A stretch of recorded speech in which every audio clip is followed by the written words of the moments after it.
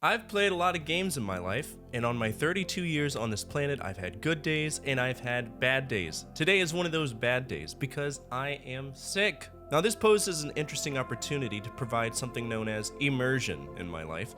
Rec Director actually mentioned 10 games I played when I was sick as a kid. And guess what, nerds? I'm sick as a kickflip off of a skyscraper, so might as well do it. Today's episode is going to cover 10 games I played when I was sick as a kid. Let's begin.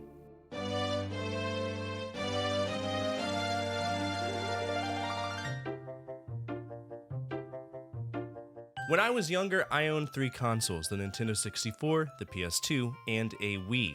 Out of all of those consoles, I had the best memories on the Nintendo 64, despite the fact that when I see the console now, I have retro goggles, right? Because going back as an adult, the system was kinda trash. But one thing I've learned is that if a game was created by Nintendo, it tended to be worth its weight in gold, and Ocarina of Time was that for me. In many ways, it was and still remains as one of my favorite games ever. I could even argue it is my favorite game ever.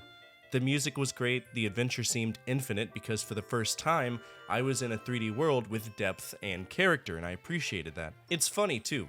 I remember playing the demo of this in a Sears, right? Instantly fell in love with it. Since then, I've likely played it through about 12 times. The story is simple. Ganondorf is being a power cuck, and we need to stop him.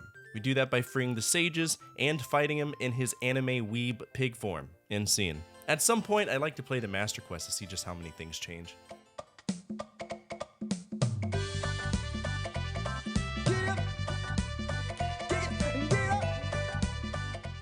Oh hell yeah! This game is important to me for a few reasons. Not only was it massively fun, it was the first game I noticed that gave me configuration options for the sounds that I would hear.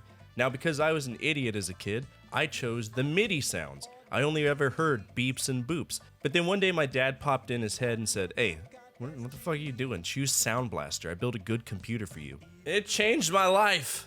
I heard voices, actual sounds. It was insane! Now, I'll be honest with you, I never read any of Richard Scarry's works. I never saw any of his TV shows, anything with the media franchise, and I can't recall how I came across this game in my life, but I played the shit out of it. For a game that has tons of mini games, this was the perfect time waster as you downed soup and fought sleep, listening to The Price is Right in the background and drinking ginger ale. If you want a good quality educational game, one that doesn't overstay its welcome and doesn't maintain any inherent objectives, something your kids could enjoy, check this one out. Getting a lawyer to sue their butts. No, I'm gonna get a fee. Listen, maybe my case ain't serious to you, but it is to me.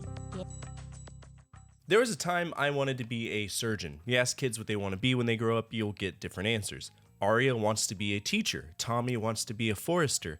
Faith wants to be a microbiologist. I wanted to be a doctor, and my son Kian wants to be a pickle.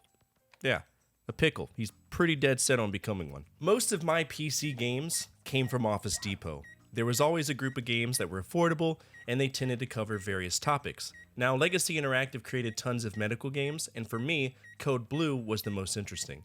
Now, you could be a good doctor and save people, follow procedures of which are very accurate, or if you wanted to be a sociopathic hormonal teenager that probably should be on a watch list somewhere, you could use the defibrillator on someone who came in with a paper cut. The world is at your fingertips. Now, I've never beaten this. I recall I also had a vet version of this, but I can't for the life remember what it was called. Maybe one day I'll find it.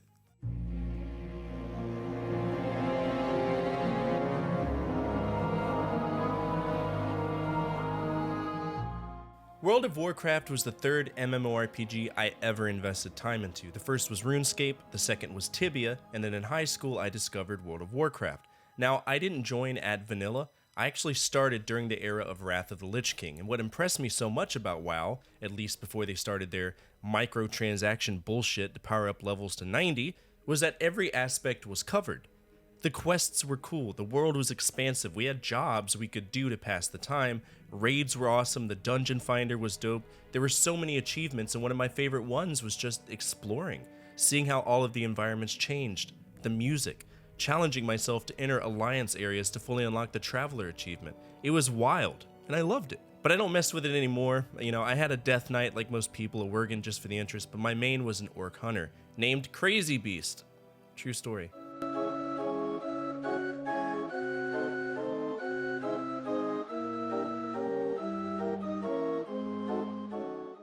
This game is awesome and it opened my eyes to how fun simulation games can be. I actually bought this in the Scholastic Book Fair catalog on the back page, and it was a huge deal to me.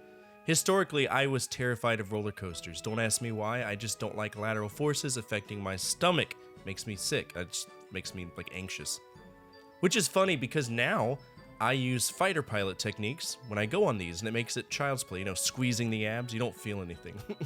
Now at the time, I hadn't messed with Roller Coaster Tycoon 1, so I didn't really understand just how impressive Roller Coaster Tycoon 2 was when it came to quality of life improvements, but there were tons. It took me comparing the two on stream to truly understand, and I was impressed. To this day, if you want a solid roller coaster or theme park building game, this is a great place to start. But in my opinion, Planet Coaster kind of picked up the helm in a modern world, and that's just the way it's been. Atari kind of shit the bed. Before we continue, I would like to take the time to ask you to consider subscribing to the channel. We are actively working on a goal to achieve our next major milestone of 8,000 subscribers, and if we do reach it, I'll make a special video for the community of the community's choice. Thank you so much for taking the time to watch this video, and I do hope that you consider joining. Let's get back to the action.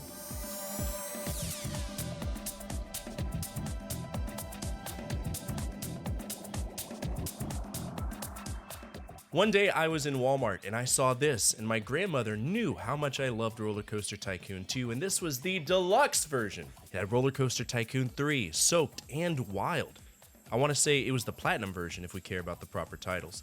Now this game is interesting. Historically, Chris Sawyer created these games, but for Roller Coaster Tycoon 3, he was only a consultant, which led to some lawsuits. He was prevented from accessing $4.8 million of funds that he was owed by Atari. Ugh. Guess what? Frontier Development, they did the same thing. Because Atari is a shithole company historically who doesn't like to pay people and falls back on their deals all the time. They've always been that way.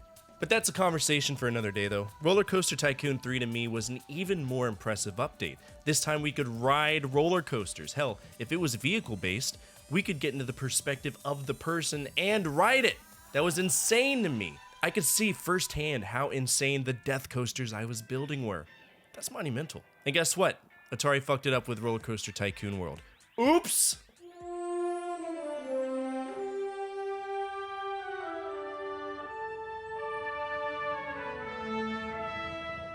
I grew up in Baton Rouge, Louisiana, and I can't recall exactly what store it was next to the Mall of Louisiana, but they were building it piecemeal when they opened up. For anyone who was there, it was next to Dick's Sporting Goods. The only thing I recall is that I walked over plastic to find a shelf that had discounted software. I think it was a PC software store. But one of the things that stood out to me was Flight Simulator 10 Acceleration. It had an F-18 on the front, a military fighter, hell yeah. Now Dad always had a flight stick, and he had some older version of Microsoft Flight Simulator complete with its 300 plus page manual, but I could never get it to run on my computer, so I begged him to let me get it. And let me tell you, this game was my obsession for a long time.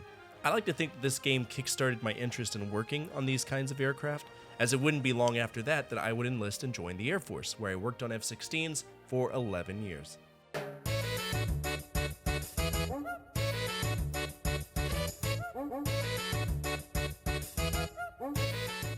When I was sick at home and I had nothing to do, I'd try my hardest to beat Mario Party.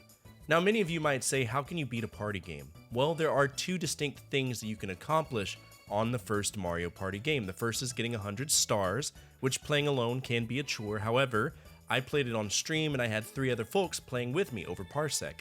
So we were able to rack up stars fairly quickly. The second thing was the minigame island, which for years evaded me. It was funny too. I put holes in my hands. Holes! You could fit a 6mm socket in my hands from using my palms to rotate the joystick. My grandmother thought I had the stigmata. Yeah, I had to really work to convince her, a devout Catholic, that it wasn't a sign from God. I laugh every time I think about it.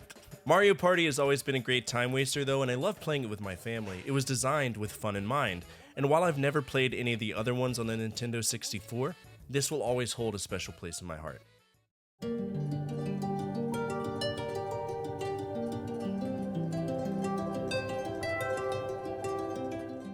Oh boy, Tibia. Now this is an older MMORPG. It was created by Cipsoft in 1997 but I didn't start playing it until I was well into middle school, around 2004. It's a very interesting game as well. It's presented with a majority of the elements being text-based, and everything is established as tiles. It's top-down. It's strange, but addicting in its own way. You can choose from 4 different vocations. I personally chose Knight, and there are tons of places that you can go. Now, what threw me away from this game is that it is very much from the era of premium currency, meaning that some of the elements of the game were locked behind a paywall, which is the same thing RuneScape did for a little bit too, or maybe they still do, I don't know, it's been a while since I played it. But I'm sorry, I'm not paying for a game that's free. Also, people were really mean to new players. You couldn't even leave town without being murdered by someone, so you never really had the opportunity to do a quest to level up, and it was frustrating. I do hold this in high regards though.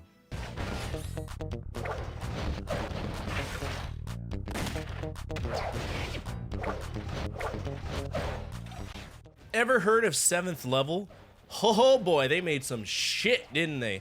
Toonland, Ace Ventura, Genome, My Teacher is an Alien, yeah, and Battle Beast. Now, Battle Beast is a weird game. It's basically Mortal Kombat or Street Fighter, so a normal run-of-the-mill tournament fighter with animals that turn into robots.